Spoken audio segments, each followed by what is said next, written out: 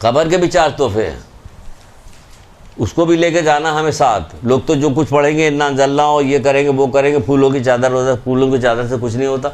इसे बाहर जो अजीज रिश्तेदार उनको तसल्ली होती है। सुभान अल्लाह, कहते हैं कि ठीक है करने दो, गमगीन लोग हैं, अगर तसल्ली हो जाएगी तो अच्छी बात है ना। अल्लाह तो राज़ी होता है इस बात की मोमिन को तसल्ली दिए तो तसल्ली होगी, वरना अंदर काम आप ही के ज़रिए किया हुआ होगा, या वो जो इन्ना जल्ला पढ़ के गए होंगे ऐसे ऐसे उनके ज़रिए होगा, यह तलखीन पढ़ाई गई कि उसके ज़रिए होगा, या उसके बाद जो आप लोग सूरे दुआएँ जो कुरान की तिलावत कीजिएगा उसके ज़रिए होगा। लेकिन अभी मलकुल मौत का तोहफ़ा सुन लीजिएगा है क्या चीज़। यानी ये तोहफ़ा, जितने तोहफ़े बताए जा रहे हैं उसमें नेक अमल कम और बुराई को रोकने की ज़्यादा बात बताई है, क्योंकि सबसे ज़्यादा बुराइयाँ जो हैं वो हमें नुकसान पहुँचाती है, दुनिया में भी आखिरत में भी। ये है, तो इसमें क्या सबसे पहली चीज़ बताई गई, सुखन चीनी को तर्क करना, यानी चुगलखोरी को तर्क कर देना।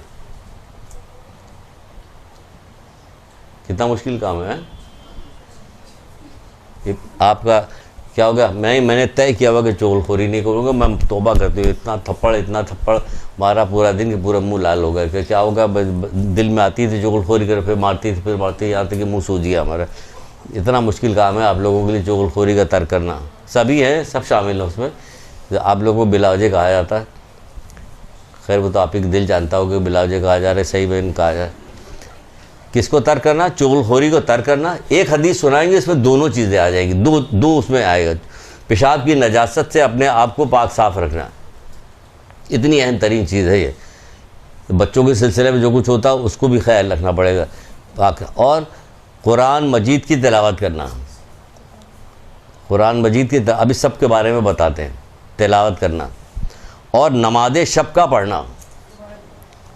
ये 4 चीज़ें अगर ये आपने इसमें से अंजाम दे ली, किसी हद तक अपनी हैसियत के मुताबिक आपने इसको अंजाम दे लिया, तो इंशाअल्लाह कब्र आपके लिए क्या होगी।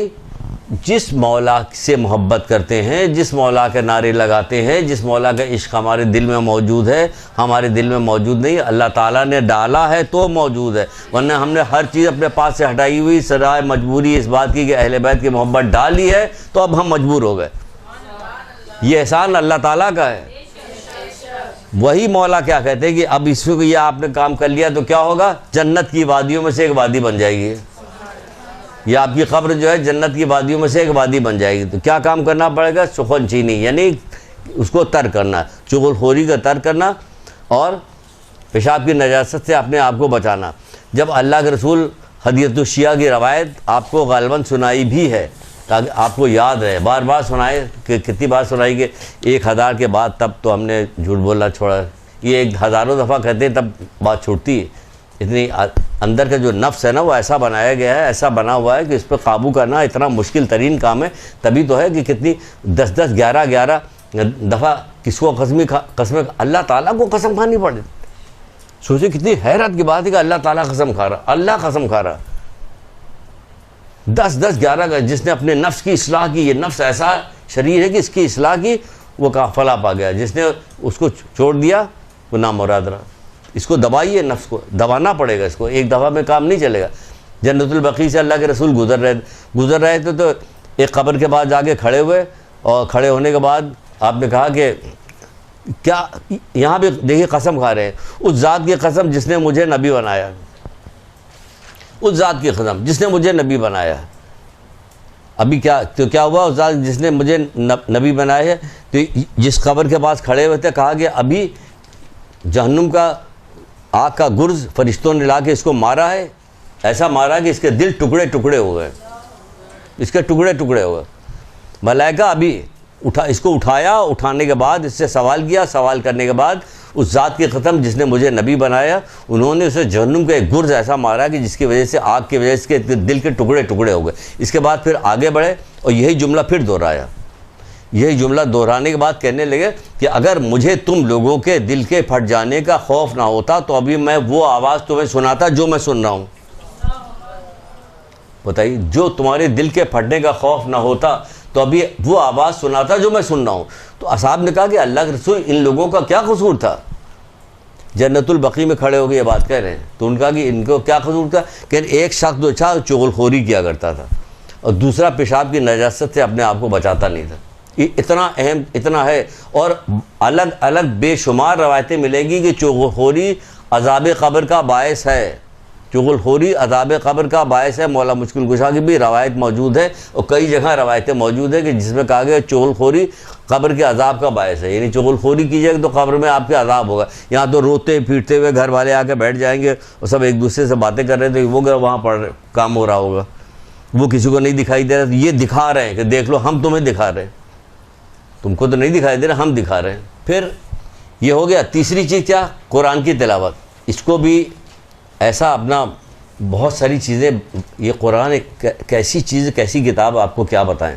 ये कैसी किताब है, वाकई हमें जो इससे इश्क करना चाहिए था, जो उसके कदर करनी चाहिए थी, जो अल्लाह ताला ने हमें भेजा था, इससे वो था सलूक ना कर सके। यानी घर में दाखिल होने लगे तो वहाँ से शुरू होता है इसका असर और रसूख, इसका फ़ायदा शुरू होता है कि जैसे घर में दाखिल होने लगे, हमारे दरवाजे पे सामने ही बेल बजाने से पहले ही बाज़ लोगों ने तो अपने बेल बजाने के जो बटन उस तक पे गोल सा बिस्मिल्लाहिर्रहमानिर्रहीम लगाया हुआ, दरवाजे पे बिस्मिल्लाहिर्रहमानिर्रहीम। अब शुरू कर रही हैं आप यहाँ से आके। अभी किसी ने नीचे पूछा तो बहुत सारी चीज़ बताई, उसमें ये भी बताया हमने कहा आतल कुर्सी घर पे लगाइए, चारों कुल लगाइए और घर के बैरूनी हिस्से पे बिस्मिल्लाहिर्रहमानिर्रहीम लगाइए, ताकि इन परेशानियों से आपको निजात मिले।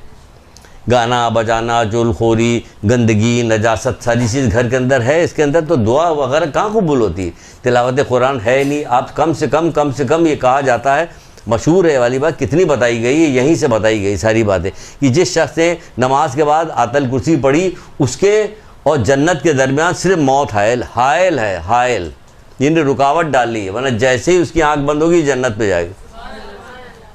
क्या कितनी देर लगेगी? आप खुद भी सोचिए कि आप उठ जाइएगा, जल्दी से उठ के बगैर इसको पढ़े उठ जाएगी तो क्या कीजिएगा? 4 मिनट में क्या हो जाएगा आपका? 4 मिनट भी नहीं तो 1-1.5 मिनट की आतल कुर्सी, चारों कुल पढ़िए, आतल कुर्सी पढ़िए। सूर्य हम की कितनी फजीलत बयान की गई, जो आपको नमाज वाले दर्स चल रहा था उसमें, तो जो सूर्य हम के बारे में बताया गया था, किस कदर फजीलत उसकी बताई गई सूर्य हम की। बहुत सारी दुआएं ऐसी हैं, ताक़ीबात नमाज में बहुत सारी दुआएं ऐसी कि जिसमें है कि 3 दफ़ा सूर्य हम पढ़े फिर यह दुआ शुरू करें। इतनी पावर आ जाएगी उसके बाद, आपकी दुआ में इतनी पावर आ जाएगी सूर्य हम के बाद। आप उसको पढ़ के अपने ऊपर दम कीजिए, किसी बीमार पे दम कीजिए, बहुत सारा। बहरहाल कुरान की तिलावत करना। ये तीसरी चीज़ है, क़ब्र में काम आने वाली जो चीज़ें हैं, जो क़ब्र का जो तोहफ़ा है वो तीसरा ही है। चौथा तोहफ़ा क्या है? ये मौला मुश्किल कुशा की एक रवायत है, उसमें उसका क्या नाम, एक किताब है जामुल अखबार नाम की, शेख सदूक की किताब है जामुल अखबार। उसमें मौला मुश्किल कुशा का ये है कि नमाज़ शब पढ़ने का, ये भी ना 11 रकत पढ़ी, 3 रकत से ही शुरू कर दीजिए, मगरिब के इशा के बाद पढ़ डालिए। इतना फ़ायदा इसमें कुरान का खुद कितना फ़ायदा कि अगर कुरान के ऊपर गुफ्तगू की जाती तो पूरी एक क्लास कुरान पे ख़त्म हो जाए। हमारे जैसे अंगूठा छाप कि हम अगर छोटी छोटी चीज़ें जमा करके लाएँ कि कुरान के फ़ज़ाइल, तो पूरी क्लास ख़त्म हो जाएगी कुरान के फ़ज़ाइल पर। लेकिन आप पढ़ डालिए उसको, थोड़ा रोज़ाना तय कर लीजिए कि हर नमाज के बाद हम पढ़ेंगे ज़रूर। ये चारों कुल है, आतल कुर्सी, इन्ना जल्ला, सूर्य हम वगैरह, ये छोटी छोटी चीज़ें ज़रूर पढ़ेंगे।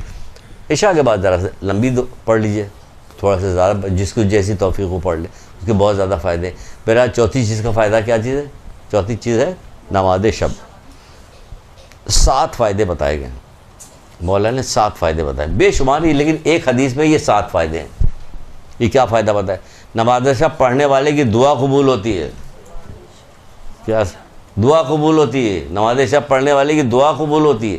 कितनी अच्छी बात है। अपने लिए तमाम मोमिनीन मोमनात की दुआ करने के बाद अपने लिए दुआ कीजिए। एक तो ऐसे ही है कि आपने तमाम मोमिनीन मोमनात के लिए दुआ किया तो आपकी दुआ तो ऐसे ही कबूल होगी। उसमें नमाज शब के अंदर ही पढ़ रही तो 2 चीज़ें मिल गई साथ में। तो 2 चीज़ें सामने हो गई, नमाज शब पढ़ने वाले की दुआ कबूल होती है, कब्र में रोशनी होगी, अंधेरा नहीं होगा, रात को दफनाई जाए या दिन को दफनाई जाए, कब्र में क्या चीज़ होगी? रोशनी होगी।